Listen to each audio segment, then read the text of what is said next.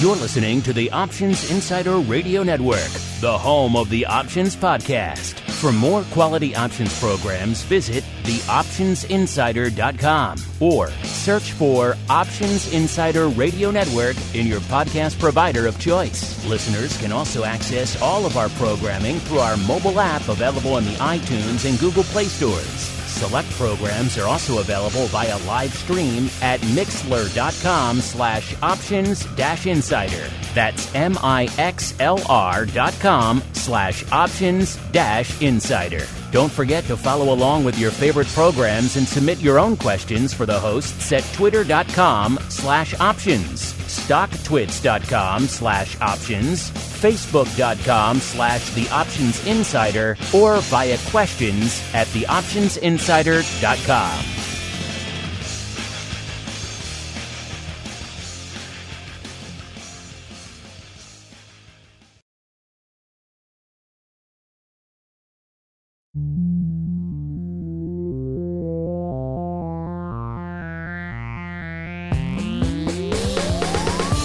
Join us now for the expert source for inside information on the options markets. It's time for Options Insider Radio with your host, Mark Longo.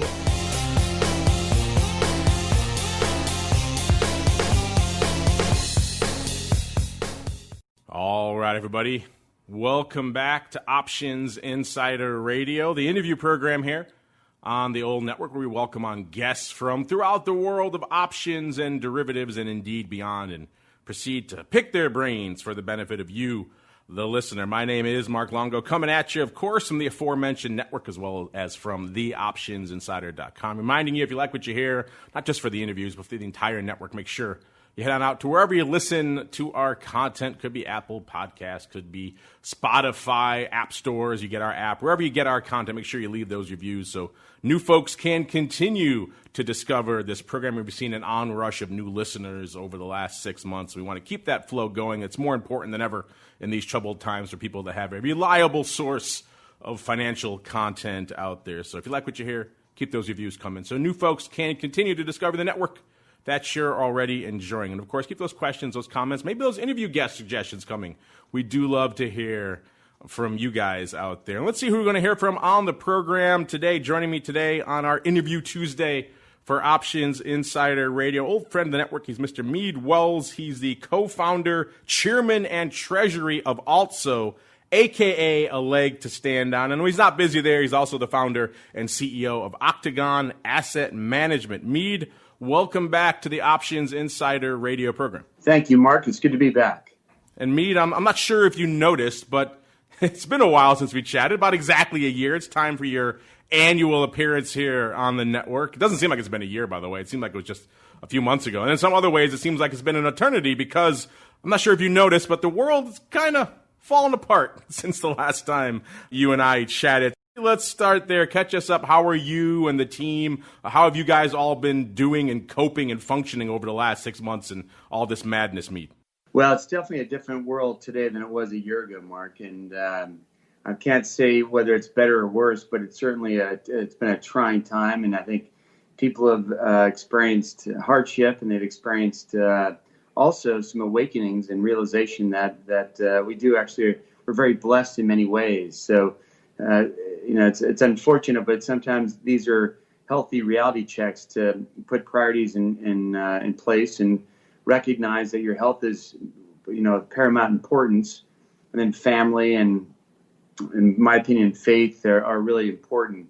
And we tend to forget those when life is clipping along at its typical pace and everything is going, well. And so sometimes these kind of hiccups are good reminders that we're human, and we have to enjoy our time together and do the right thing and spend time with family and friends and maintain our health. And so I kind of view it as a blessing in disguise.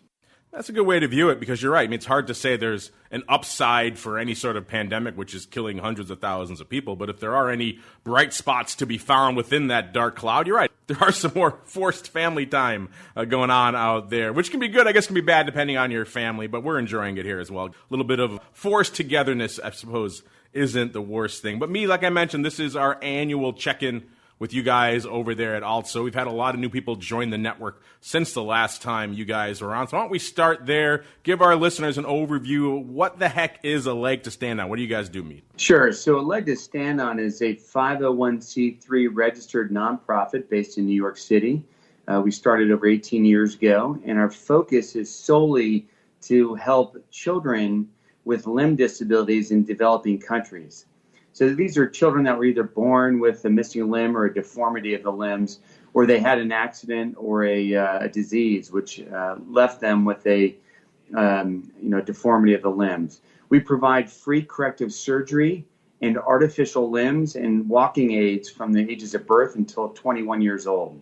Now, of course, this is obviously not the usual environment. This is normally where I would start talking about your big upcoming event, and they've been fantastic events. I've been privileged enough to attend several of the recent Chicago events. You guys put on great musical events with a lot of bands actually from the financial industry getting together to rock out and raise money for charity, and I've been privileged enough to go to a few of them. You, of course, have them in New York. I believe you started expanding to London and other venues as well. Obviously, that's all impossible these days, Mead. So a little bit of a difficult environment right now, I'd imagine, for you guys. So how are you guys proceeding on the ALTSO front in light of everything that's been going on, Mead? Well, it's a good question, Mark. And yes, it may appear to be impossible to do it in person, which is a shame. But the beauty is that we have technology, and technology offers us solutions. So we're going to be holding our first ever virtual Rocktoberfest on October 22nd.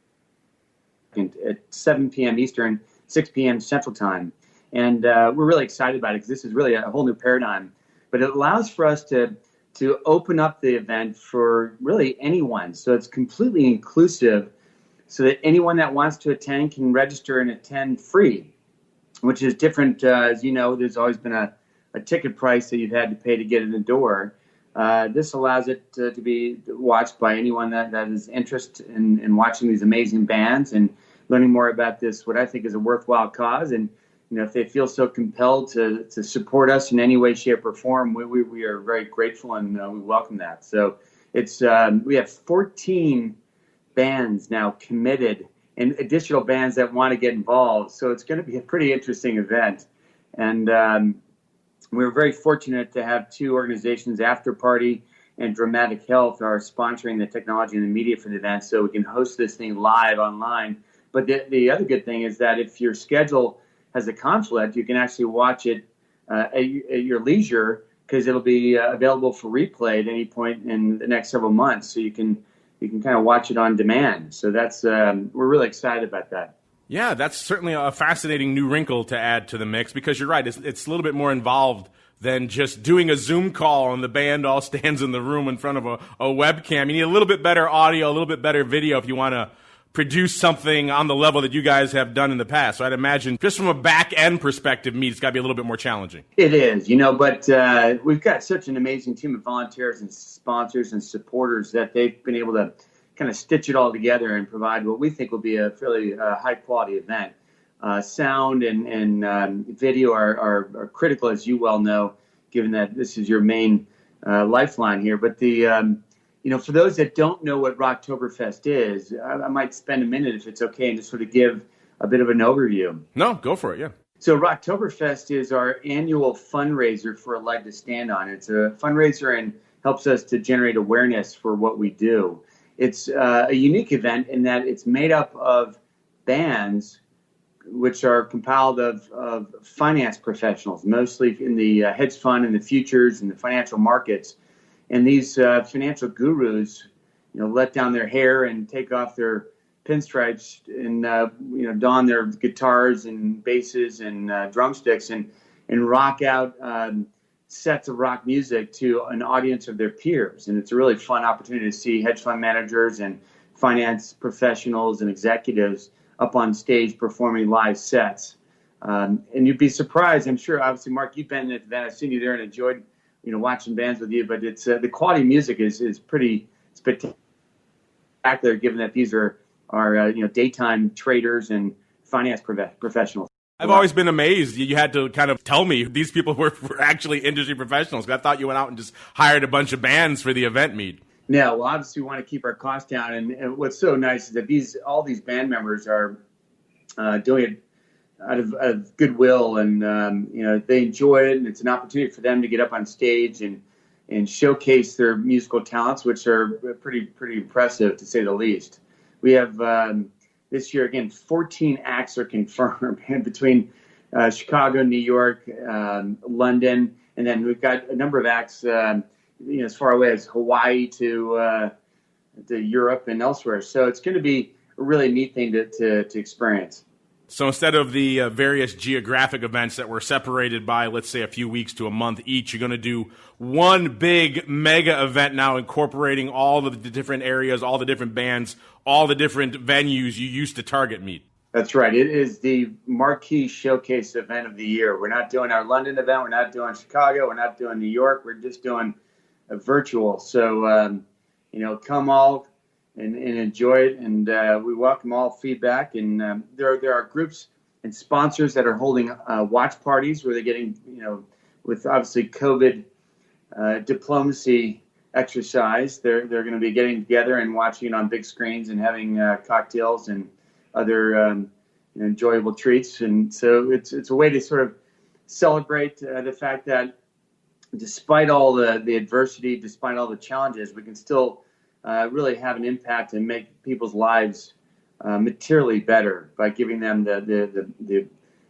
freedom and the confidence, the self-esteem, the mobility, and the opportunity that comes with their having legs and arms that are functioning. Now, obviously, you mentioned the challenges that are going on right now. This is obviously a challenging time for you guys to be out there in the fundraising environment because, one, people have fewer funds than perhaps they did a year ago for a variety of reasons that are obvious. And then B, there are also a number of other charitable endeavors out there that kind of have their hands out right now saying, hey, we need to help these different people. So people are, on the plus side, very charity-minded right now, but there are also a lot of other things pulling their attention. So how do you guys over there at ALTSO, how challenging has it been, Mead, for you guys to really stand out there and get noticed among a crowded field? How has that fundraising been going over the last year? It's a very good question, Mark. At the beginning of this crisis in March, we were extremely concerned about our future because we don't retain money that we receive. We use it to pay for the treatments for our project partners in the various countries that we operate in, which is over 10 different countries. And we're helping thousands of children every year. So, we don't have a big nest egg to lean back on to keep the operations going when an event like this occurs. And as you well pointed out, that a lot of people have suffered through this because they've lost jobs or their employment situation has changed or their health has changed. And so they're not in a position to give the way they have in the past because the future also is very uncertain. So it's been an important time for us to look inward as a board of directors of the organization and as the management team to determine how we can make sure that we're sustainable through this. And fortunately, we've had a lot of wonderful supporters and sponsors. Like ICE came in as a sponsor of this year's virtual event, just like they've sponsored in the past. And we have a number of sponsors that have just been through this with us, and they're sticking by our sides. From back in the game therapy to BAML to CBOE, EDNF Man, Urex, and the names go on and on and on. Jones Lang LaSalle and Quanteam and Sandler Capital. It's just amazing to see these sponsors who see the importance of what this mission is and don't get caught up in the short term because they know that a small contribution, which for us appears to be small, can be a life-changing contribution for these children. And just to put that in context, we have the cost of providing a free artificial limb, let's say a below-the-knee prosthetic. We have that down to $250 per child. So, with a $250 spend, you're actually giving a child a leg. And they're able to walk, they're able to run, they're able to jump, they're able to play like the other children. They can go to school on their own without having to be taken to school. They can get an education, they can get a job. And more importantly, they have self-esteem because in many of these countries, they don't exercise the same social graces that we have been raised to observe here in the West. And so when a child walks by that has a disability or goes by with a disability, a lot of people stop and stare, and they're the source of focus, and that's very difficult for a child to be scrutinized so closely because of they're not like the other children. So to give them a leg or an arm and allow them to wear pants and not have anyone realize that they are missing a leg gives them the ability to be, and honestly, anonymous. And that's what a lot of these kids want to be. They don't want to be the source of negative attention. So it's really just an amazing thing, all for $250 for one limb. I'm glad to hear that, because I know you guys have always run a very tight ship, very small team, trying to spend all the resources back towards the kids, which is, of course, the goal and very admirable as a charity. But also, as you pointed out, during these times, of course, can be problematic because you don't have the war chest to survive these sudden shocks to the system here. So I'm glad to hear that other sponsors have stepped up and the fight is ongoing. Speaking of that fight, you guys are out there carrying on day-to-day, Mead. I know a core mission of the charity is to go out there, have some team members go out there to the developed world, actually oversee the delivery and installation of all these limbs to other parts of the world. We don't have access to this technology, access to these types of advanced prosthetics. Obviously, that's a little bit challenging now as well. So how are you guys carrying out the core mission right now in regards to global lockdowns, global travel bans, and the fact that this pandemic has pretty much put a halt to everything? That's a very good question, Mark. And of course, obviously, the travel restrictions and then the COVID concerns are make it really difficult, if not impossible, for us to do the annual visits to our project partners in 10 different countries. But the other gating factor has been that even though some of these countries have relaxed the stay-at-home requirements, the children that we treat and their families can't come in because they haven't had PPE to provide for them, which is a requirement under either local law or just under local health practices. And so, what we've worked on is raising some capital to be able to purchase and donate the PPE so that the prosthetic engineers, the surgeons, the doctors, the nurses, the administrative people helping to do the examinations and the fittings can be protected, and then the families and the children that come in for treatment can have the proper protection. So that's been a big push that we've undertaken, and people have been amazing about supporting that. And we're raising money to, again, pay for the PPE, but that allows us to be able to provide the services. So,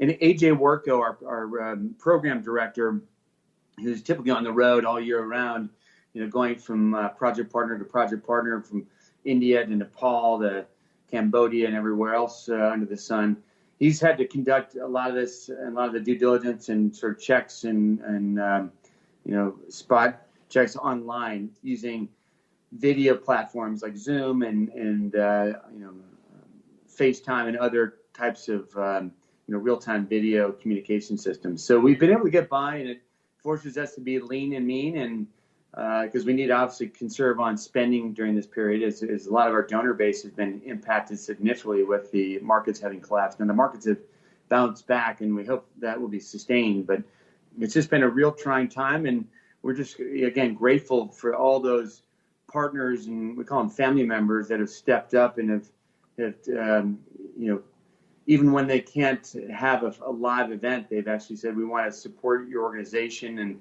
like a Wilshire Phoenix, who says during the year, not just for Rocktoberfest, we want to support you and give you commissions off of our trading on this day or for this period of time. And Belvedere and all these other organizations are just amazing institutions that have been there to help us when our needs have been the greatest this year. So we're just very thankful and very blessed. Great to hear that the mission is still ongoing, even in these trying times. You mentioned some of the trouble in the markets there, Mead. You do have a day job. You're not all the time on ALTSO over there. You're also founder and CEO of Octagon Asset Management. These are certainly interesting times from an asset management perspective as well. So maybe catch our audience up. What do you guys trade over there at Octagon? And what have the last 6 months been like as we've seen just the various ups and downs of this pandemic, Mead? Well, that's a very good question. Obviously, the markets have been extremely volatile, really across the board. We are somewhat unique in that we are a asset-based lender that provides credit or financing to trading companies who are exporting and importing products around the world. So we finance international trade as our core strategy. What has been unique, though, is historically we've been predominantly active in the bulk commodity world, financing grains and energy products and metals and minerals and other items. Since March, the number of requests for financing PPE, which is urgently needed in places like New York and elsewhere throughout the United States and Europe and Latin America, we have been inundated with calls with companies saying we've got masks coming out of China, we've got gloves coming out of Malaysia, we've got gowns coming out of Cambodia. Can you help us finance these items and get them delivered to the hospitals, get them delivered to the states and the first responders and corporations? So since March, almost 100% of our business has been catered to providing the financing in order to unlock and get these products from Asia or their origin to the United States to those that need it. Oh, that's fascinating. I would never have assumed that. So it sounds like the charitable endeavors are spilling over into the day job as well, Mead. It's not just at night that you flip on the ALTSO cap. You're also doing some good work during the day, sir. Yeah, I mean, I want to be clear that it's not necessarily charitable. It is in a larger sense. I mean, we've got unfortunately, our investors require a return on their. You have to pay the bills. I get it. But it is allowing for the product to get to the need, whereas without the capital, things would be bound up. And we've had guys that have brought in masks and they've been stuck at the port of arrival in the United States. And they had no money. They ran out of money to pay the shipping company for the freight, and the shipping company would not release the masks without that. And so they're stuck at the port. And so our money comes in to help release that and get it to those that need the masks urgently. So it's that's just one example of many where we're helping small to medium-sized companies that are vendors to U.S. government agencies, to hospitals, to large corporations. And so it is very rewarding in that we're helping fight the COVID pandemic. At the same time, we're also providing a service to a lot of small to medium-sized veteran and minority-owned companies. And it's all kind of a very warm and fuzzy feeling because it's rewarding on all these levels. So. Isn't it fascinating what's become a commodity over the past year? I mean, if you had told me a year ago that there would be interest in masks as a commodity, I would have laughed at you, and most people would have as well. I said they're readily available from any number of different venues. And same thing at the beginning of the pandemic. Toilet paper, for a brief period, became more valuable than gold out there. So we're living in interesting times, Mead, to say the least. We are indeed, but necessity is the mother of invention. So I think, when you're forced to figure out how to get around a situation, it presents opportunities for those that are thinking outside the box and resourceful. So, I look at it as it's a very unfortunate set of circumstances. It is a healthy kind of eye opener and reminder of what should be priorities in our life. But it's, I always love a challenge, and I like to find a way to solve for challenges. So this has been a good exercise in that regard. Well, let's solve some challenges for those kids over that also. Hit the people one more time with the event, the date, how they register, and how they can participate, and just in general, beyond just the event, Mead, how they can support ALTSO throughout the year. Sure. So the event is, again, it's a virtual Rocktoberfest on October 22nd. It's at 7 p.m. Eastern Time, 6 p.m. Central. There are 14 bands and counting that have been signed up, and you can register for free at our website, which is the acronym for a leg to stand on, ALTSO.org/Rocktoberfest. So ALTSO.org/Rocktoberfest. And that will get you to the registration site. Again, it's free. If you can't make it at 7 p.m. Eastern or 6 p.m. Central on the 22nd, you can always register and watch it at your convenience on your schedule. So we welcome and encourage everybody to join.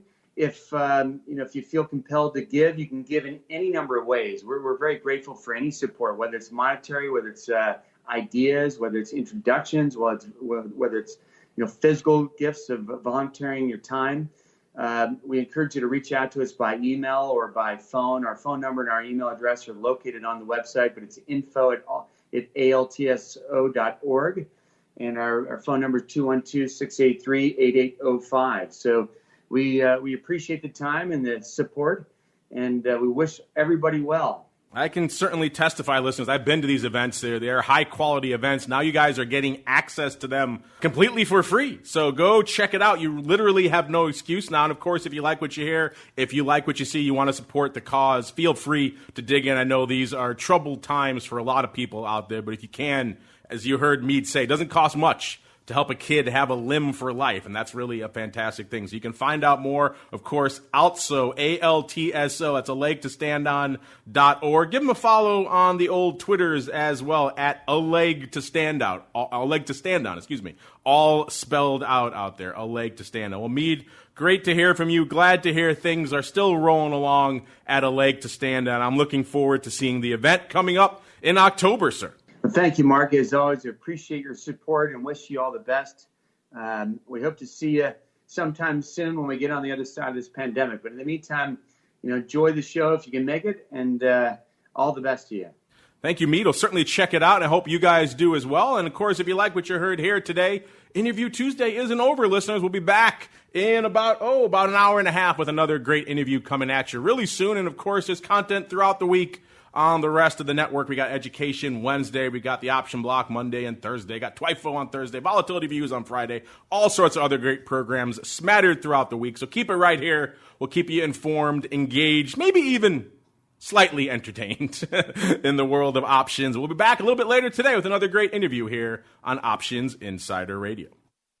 You're listening to the Options Insider Radio Network, the home of the Options Podcast. For more quality options programs, visit theoptionsinsider.com or search for Options Insider Radio Network in your podcast provider of choice. Listeners can also access all of our programming through our mobile app available in the iTunes and Google Play stores. Select programs are also available via live stream at mixlr.com/options-insider. That's mixlr.com/options-insider. Don't forget to follow along with your favorite programs and submit your own questions for the hosts at twitter.com/options, stocktwits.com/options, facebook.com/theoptionsinsider, or via questions at theoptionsinsider.com.